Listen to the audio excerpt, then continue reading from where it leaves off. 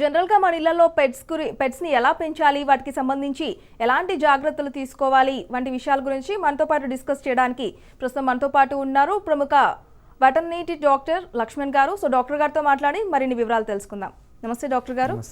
Doctor గారు, ముందుగా చెప్పండి, ఇళ్లలో పెంచుకునే పెట్స్కి అసలు ఎలాంటి ప్రైమరీ కేర్ తీసుకోవాలంటారు? పెట్స్ అంటే ఇప్పుడు మనము ఒక్కొక్క ప్రాంతాన్ని బట్టి రకరకాల బ్రీడ్స్ యూజ్ చేసుకుంటారు.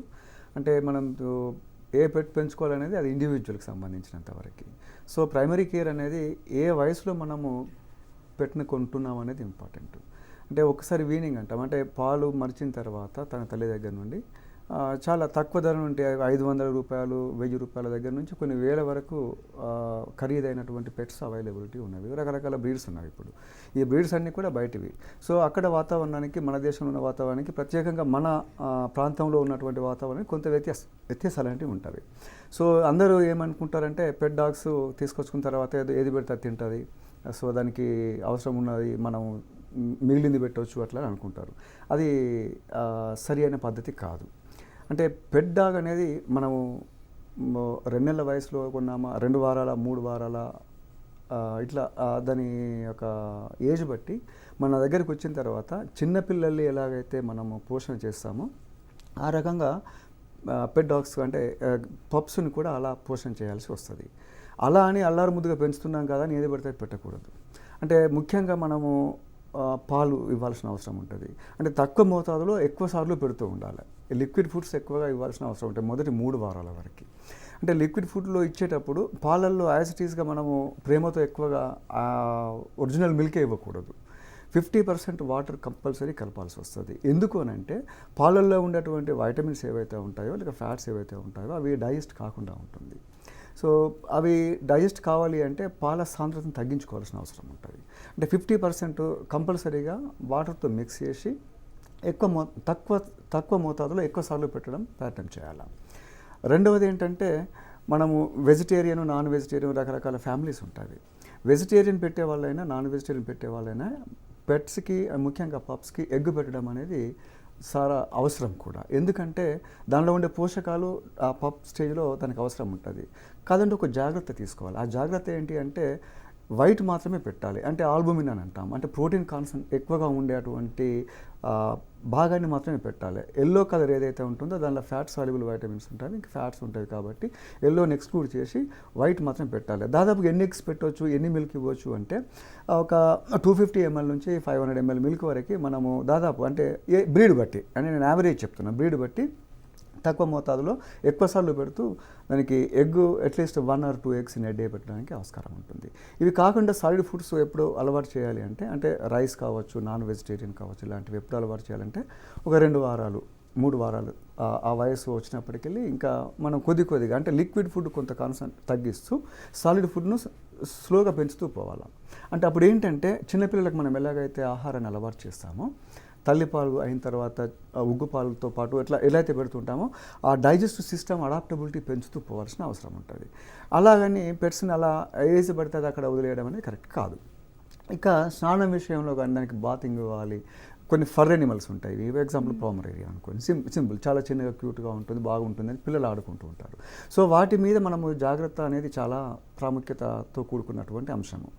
ఎందుకంటే వాటికి బాత్ చేసేటప్పుడు ఇంట్లో చాలామంది ఏం చేస్తారంటే మనం ఏదైతే సోప్స్ యూజ్ చేస్తామో అదే సోప్స్ యూజ్ చేయొచ్చు, లేకుంటే ఇంకా కాస్త రకరకాలుగా అంటే మార్కెట్లో ఉన్నటువంటి మనం వాడుతున్నటువంటి సోప్స్ యూజ్ చేయొచ్చు అనే ఆలోచన ఉంటుంది. సోప్ అండ్ షాంపూస్ పెట్స్కి సెపరేట్గా ఉన్నవి కాబట్టి మనం యూజ్ చేస్తే అవి యూజ్ చేయకూడదు. యూజ్ చేస్తే ఏమవుతుంది అంటే కాన్సన్ట్రేషన్లో వేరియేషన్ ఉంటుంది. సోప్లో ఉండే ఇంగ్రీడియంట్స్ దాదాపుగా ఒకటిగా ఉన్నప్పటికీ కాన్సన్ట్రేషన్ వేరియేషన్ ఉంటుంది కాబట్టి దానికి మొత్తం ఫర్ అంతా పోయే అవకాశం ఉంటుంది, స్కిన్ డిసీజ్ వచ్చే అవకాశం ఉంటుంది, ఇరిటేషన్, రకరకాల అలర్జీస్ వచ్చే అవకాశం ఉంటుంది. అంటే స్నానం విషయంలో జాగ్రత్త తీసుకోవాలి. ఇంకొక విషయం ఏంటంటే ఎనిమల్స్కి అంటే పర్టికులర్లీ పెట్ డాగ్స్కి మనము స్నానం చేయించేటప్పుడు ఇయర్స్కి ప్లగ్ చేయాలి. అంటే కాటన్తో ప్లగ్ చేయాలి.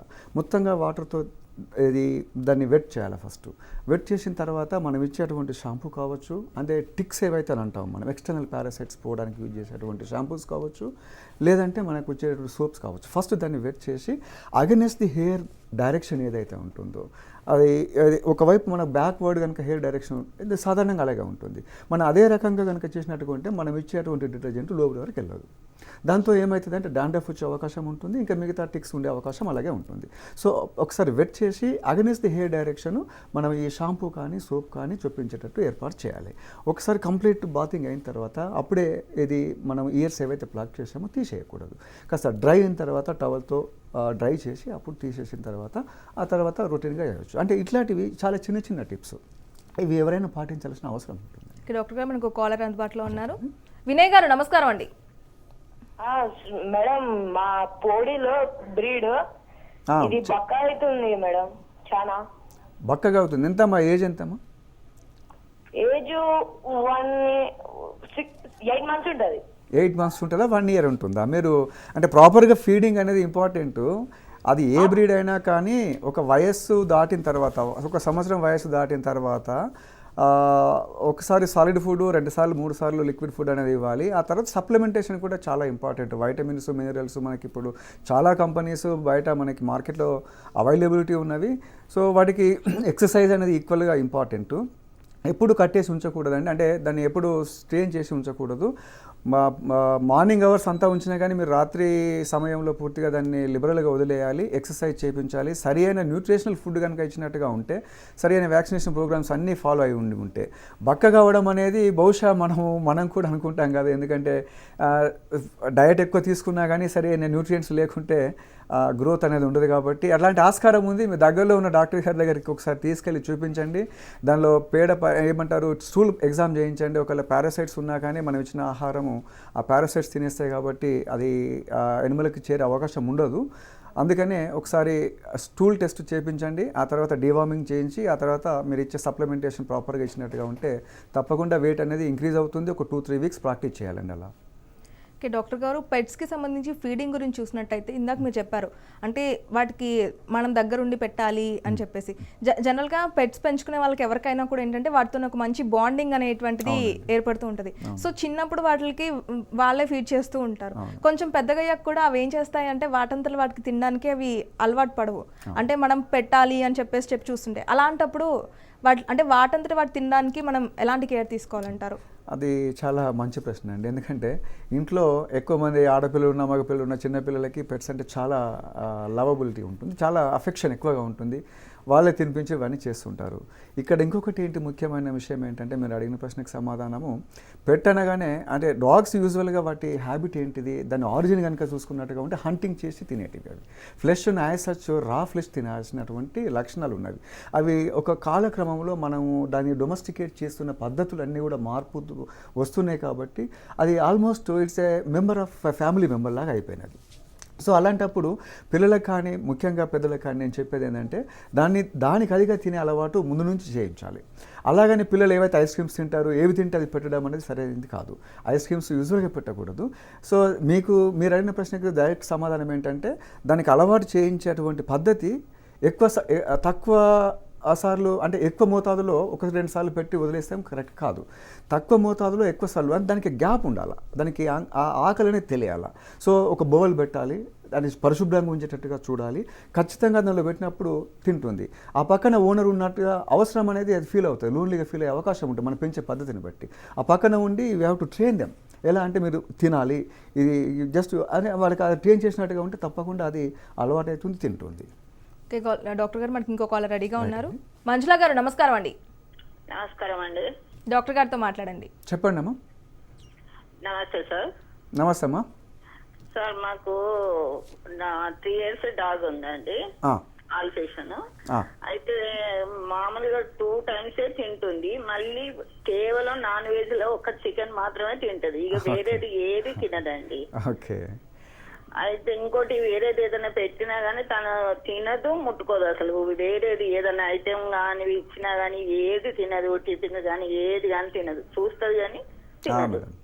మీరు దానికి రెమెడీ మేడం, మీరు ఎట్లా ట్రైన్ చేయడం, ఇంతకుముందు ప్రశ్న కూడా అదే, ఎలా ట్రైన్ చేసినాం అనేది, చికెన్ పెట్టేటప్పుడు కొద్దిగా జాగ్రత్తగా మీరు జాగ్రత్త పాటించాల్సిన అవసరం ఉంటుంది. అంటే 3 సంవత్సరాల వయసు ఉంది కాబట్టి కాస్త చికెన్తో పాటు స్లోగా రైస్ కానీ ఇంకా ఏమన్నా అంటే సీరియల్స్కి సంబంధించినవి ఏమన్నా కొద్దిగా కుక్ చేసి ఎక్కువ మోతాదులో చికెన్ నుంచి తక్కువ మోతాదులో సీరియల్స్ కలిపి పెట్టినట్టుగా ఉంటే అది కొద్దిగా ట్రైన్ అవుతుంటుంది, అలవాటు అవుతుంది.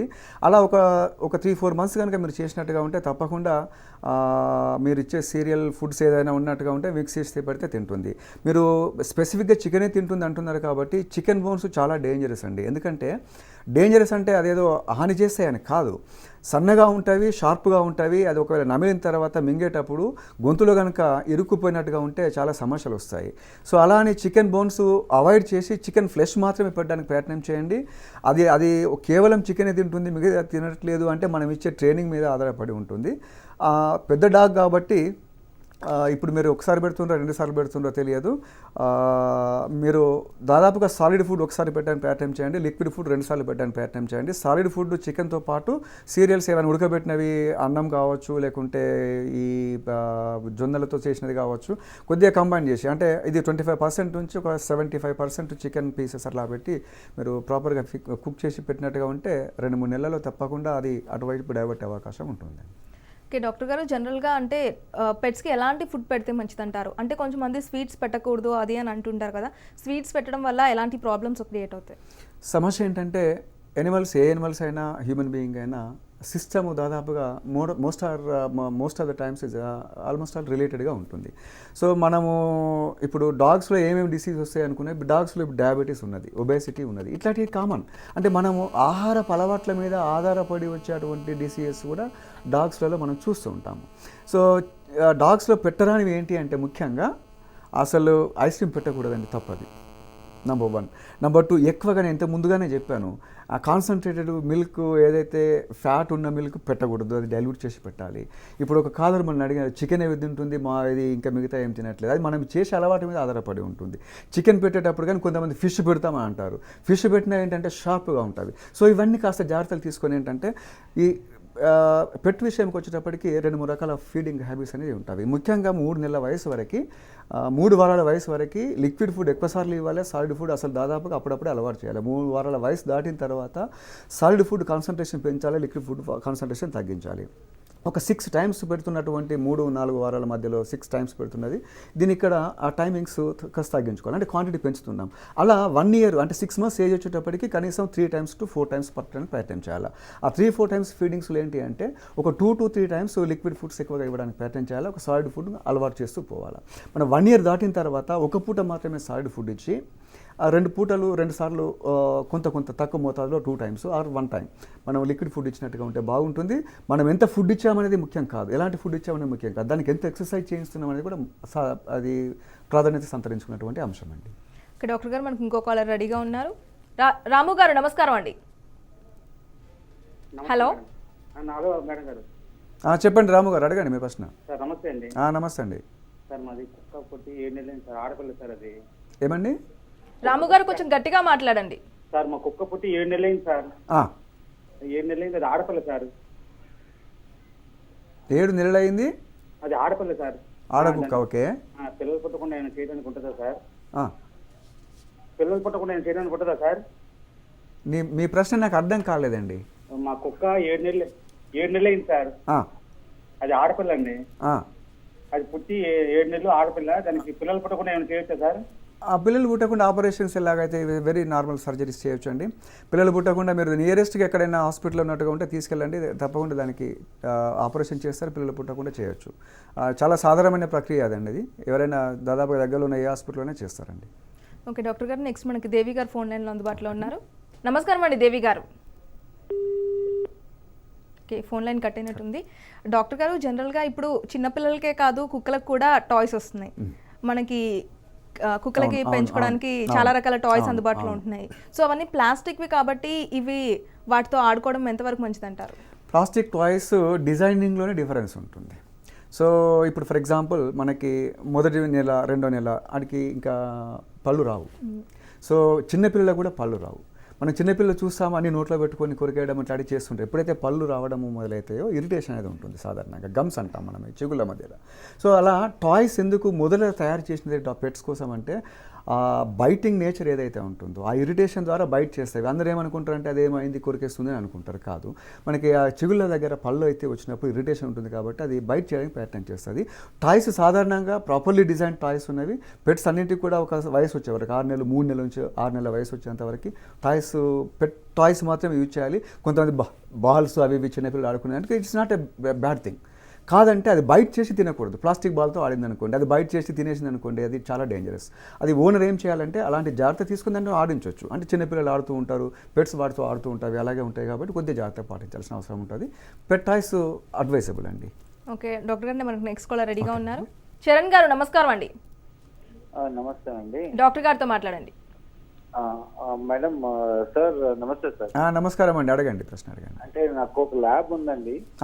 ఆ ల్యాబ్ కి exactly 9 years sir. Okay okay last 4-5 days గా ఏమైంది అంటే she was normal, but suddenly ఏమైపోతుందంటే తనకి బ్లీడింగ్ ఎక్కువ అయిపోతుంది సార్. Okay fine.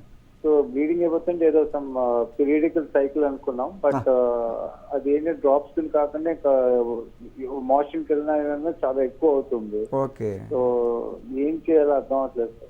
మీరు ఎక్కడండి, నేటివ్ ఎక్కడండి?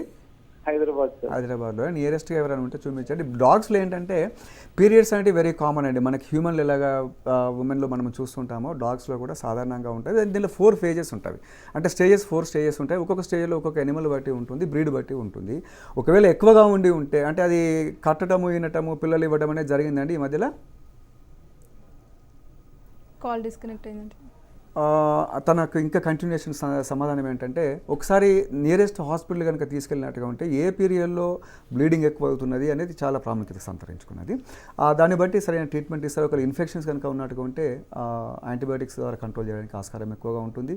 ఒకవేళ ఎక్కువగా పిల్లలు పెట్టి ఆ తర్వాత దగ్గర అంటే పీరియడ్ ఆల్మోస్ట్ వెంటనే మళ్ళీ కొంతమంది కమర్షియల్ పర్పస్లో చేసేవాళ్ళు తొందరగా వీనింగ్ అంటే పిల్లలు పక్కన పెట్టేసి ఆ తర్వాత పోషణలో కొంత వ్యత్యాసం తీసుకొని తొందరగా బ్రీడ్ అయితే బాగుంటుందని అనుకుంటారు. అలాంటి ఉంటే ఆ ప్రాక్టీస్ తగ్గించుకోవాలి. దగ్గర ఉన్నటువంటి హాస్పిటల్ కనుక తీసుకెళ్ళినట్టు సరి అయిన టెస్ట్ అనేది చాలా అవసరం. దాన్ని బేస్ చేసుకొని బ్లీడింగ్ కంట్రోల్ కావడానికి ఏమైనా మందులు ఇవ్వడానికి ఆస్కారం ఉంటుంది. డాక్టర్ గారు, నెక్స్ట్ కాలర్ రెడీగా ఉన్నారు. వెంకటరాజు గారు నమస్కారం అండి. నమస్కారం మేడం. డాక్టర్ గారితో మాట్లాడండి. రాజు గారు అడగండి ప్రశ్న. డాక్టర్ గారు చెప్పండి. వెంకటరాజు గారు మాట్లాడండి. అడగండి. అది మాకు జూలు కుక్క ఉందండి, అది జుట్టు బాగా ఊడిపోతుందండి, భోజనం కూడా సరిగ్గా చేయట్లేదు.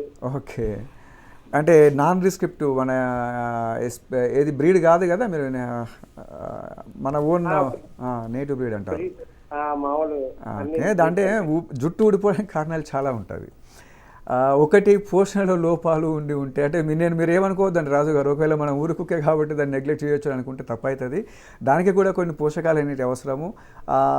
సరి అయిన బ్యాలెన్స్ డయట్ ఇవ్వడానికి ప్రయత్నించండి ఒకటి. రెండవది, ఒకవేళ దానికి మీరు బాతింగ్ కనుక ఇచ్చినట్టుగా ఉంటే నేను మొదట్లోనే చెప్పాను, డాగ్ సోప్ మాత్రమే వాడండి, వేరే సోప్ వాడకూడదు. ఒకవేళ డాండ్రఫ్ లాంటిది ఎనిమల్స్ కూడా ఉంటాయి, పెట్స్లో ఎక్కువగా ఉంటుంది కాబట్టి అలాంటిది ఏమైనా ఉంటే డాండ్రఫ్ అగైనెస్ట్ షాంపూస్ ఉంటాయి, అవి యూజ్ చేయండి. ఇంకా ఇవన్నీ చేసినా కానీ ఊడిపోతుందంటే ఎక్స్టర్నల్ పారాసైట్స్ ఏమైనా ఉండి ఉంటాయి కాబట్టి డివార్మింగ్ చేసి, అంటే నట్టల మందుకు సంబంధించినటువంటి బ్రాడ్ స్పెక్ట్రమ్ ఉన్నాయి ఇప్పుడు, అది ఇచ్చిన తర్వాత ఇప్పుడు నేను చెప్పినటువంటి ప్రాక్టీస్ ఒకటి చేయండి. ఇంకా కూడా తగ్గనప్పుడు దగ్గరలో ఉన్న వాళ్ళకి చూపించండి. అదర్వైజ్ ముందుగానే దగ్గరలో ఉన్న డాక్టర్ దగ్గరికి ఒకసారి చూపిస్తే బాగుంటుంది, ఐడెంటిఫై అవుతుంది, మీకు తొందరగా సొల్యూషన్ దొరికే అవకాశం ఉంటుంది. డాక్టర్ గారు, నెక్స్ట్ మనకి ప్రసన్న గారు ఫోన్ లైన్లో అందుబాటులో ఉన్నారు. ప్రసన్న గారు నమస్కారం అండి. నమస్కారం మేడం, డాక్టర్ గారితో మాట్లాడాలి. అడగండి సార్. సార్ నాది ల్యాష్ యాప్స్ ఉంది సార్ నా దగ్గర, అది ఆల్మోస్ట్ 10 years old. ఓకే, అది ఈ రీసెంట్ గా దానికి ఐస్ వాటర్ ఎక్కువ అయింది సార్, అది కిందంతా హెయిర్ అంతా బ్లాకిష్ గా అయిపోయింది దానికి. ఓకే, అది ఏమన్నా ఇన్ఫెక్షనా లేకపోతే? అంటే ఏజ్ కూడా ఫ్యాక్టర్ అయి ఉండొచ్చు. 10 years అంటున్నారు, it's almost it is senile age. రెండవది, బయట ఎక్కడైనా డస్ట్ కానీ అదేమైనా పడి ఉంటే అవకాశం ఉంటుంది. కంటిన్యూస్ లాక్రిమేషన్ ఉంటే అంటే కళ్ళు కారడం అనేది ఉన్నట్టుగా ఉంటే ఐ ఇన్ఫెక్షన్ ఉండడానికి ఎక్కువగా స్కోప్ ఉంటుంది.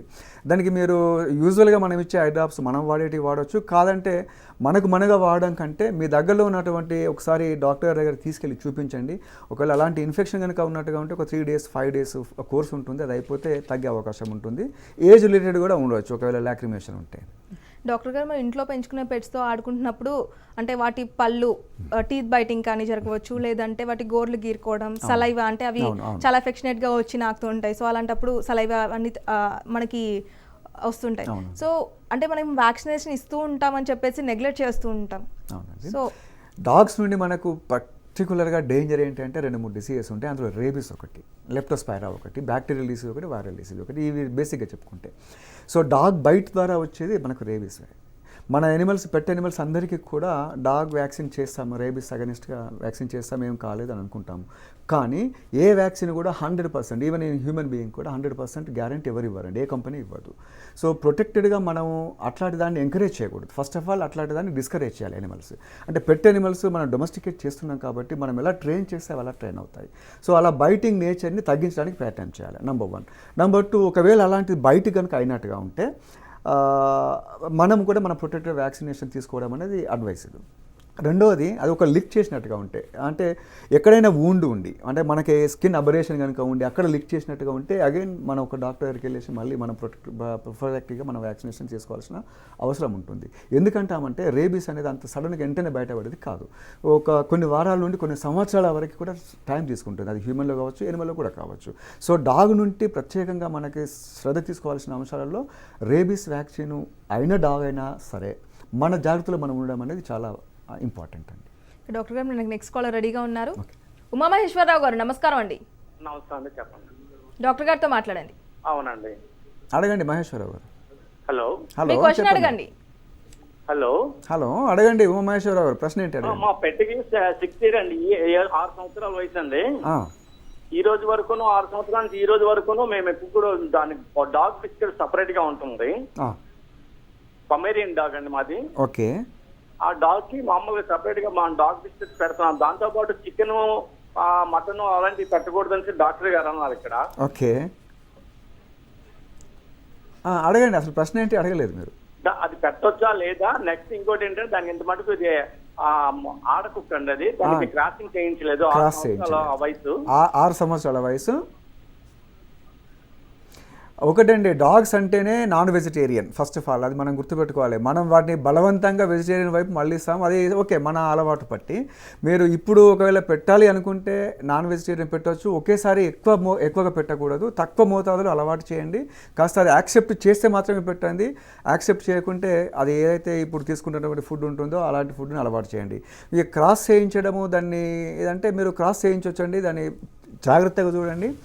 ఒకసారి పీరియడ్స్ అయిపోయిన తర్వాత నియరెస్ట్ డాక్టర్ ఎవరైతే ఉన్నారో వాళ్ళ దగ్గరికి తీసుకెళ్ళండి. క్రాస్ చేయించుకోవడం తప్పేం కాదండి.